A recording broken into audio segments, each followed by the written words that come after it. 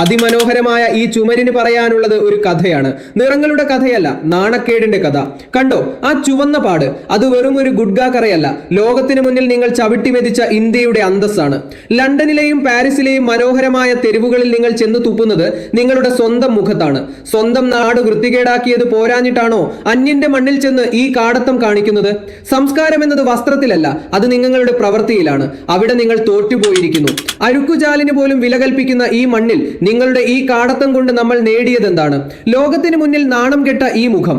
നിങ്ങൾ സാംസ്കാരിക ആഘോഷങ്ങൾ നടത്തുന്നത് സ്വന്തം നാട്ടിലെ തെരുവുകളിലല്ല, ലണ്ടനിലെയും കാനഡയിലെയും പ്രധാന റോഡുകൾ ബ്ലോക്ക് ചെയ്ത് ട്രാഫിക്കിൽ കുടുങ്ങിക്കിടക്കുന്ന ആംബുലൻസിലെ രോഗികളെയും സ്കൂളിലേക്ക് പോകുന്ന കുട്ടികളെയും പരിഗണിക്കാതെ നിങ്ങളുടെ ഈ അഭ്യാസങ്ങൾ കാണിക്കുമ്പോൾ അവിടെയുണ്ടാകുന്ന വെറുപ്പ് നിങ്ങൾ കാണുന്നില്ലേ? ഹോട്ടൽ മുറികളിലെ ടവൽ മുതൽ TV റിമോട്ട് വരെ പോക്കറ്റിലാക്കുന്ന ചീപ്പ് കവർച്ചാക്കാർ നിങ്ങൾ ഇന്ത്യൻ ബ്രാൻഡിന്റെ ഏറ്റവും വലിയ ശത്രുക്കളായി മാറുകയാണ്. നിങ്ങളെ പോലെയുള്ളവർ കാരണമാണ് ഇന്ന് വിദേശ വിമാനത്താവളങ്ങളിൽ ഇന്ത്യക്കാരെ കാണുമ്പോൾ ഉദ്യോഗസ്ഥരുടെ കണ്ണുകളിൽ സംശയം വിരിയുന്നത്.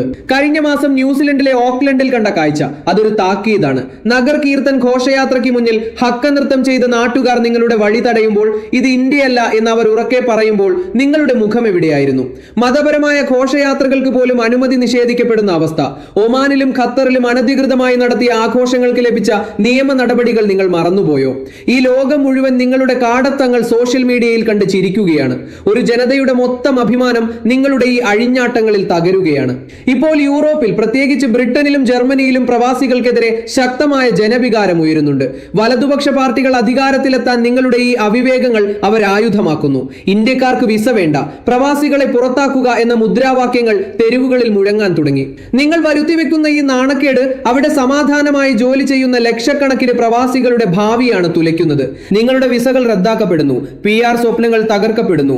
വരും തലമുറയ്ക്ക് വിദേശത്തേക്ക് പോകാൻ പോലും കഴിയാത്ത സാഹചര്യം നിങ്ങൾ തന്നെ ഉണ്ടാക്കുകയാണ്. അതിഥിയായി പോകുന്നിടത്ത് അന്തസ്സോടെ ജീവിക്കാൻ അറിയില്ലെങ്കിൽ, ആ രാജ്യത്തിന്റെ നിയമങ്ങളെ ബഹുമാനിക്കാൻ നിങ്ങൾക്ക് കഴിയുന്നില്ലെങ്കിൽ ഈ മണ്ണിലേക്ക് തന്നെ മടങ്ങിവ. അല്ലാതെ ലോകത്തിന് മുന്നിൽ ഇന്ത്യയെ നാണം കെടുത്തരുത്. ഇത് കേവലം ഒരു മുന്നറിയിപ്പല്ല, ഇതൊരു രാജ്യത്തിന്റെ അന്ത്യശാസനമാണ്. തിരുത്തുക, അല്ലെങ്കിൽ നിങ്ങളുടെ പേര് ചരിത്രത്തിലെ ഏറ്റവും വലിയ നാണക്കേടായി രേഖപ്പെടുത്തും.